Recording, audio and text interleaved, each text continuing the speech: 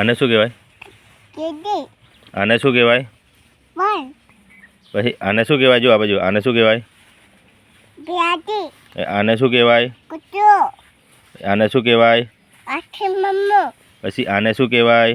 પાસલી પછી આને શું કહેવાય? કોઈ પછી આને શું કહેવાય? અકીમ પછી આને શું કહેવાય? આગો પછી આને શું કહેવાય? વિંડો પછી આ શું છે? પોપટ પછી આ શું છે? આ કોણ છે? મમ્મી મમ્મી છે. પછી આ શું છે? ફૂલ ફૂલ. પછી આ શું છે? ફૂલ આ જો આગો શું છે? વાઘો. હા. પછી આ શું છે? વાઘો કેમ કેમ બોલે? વાઘો. પછી આને આ શું છે? પોપટ પોપટ કેમ કેમ બોલે?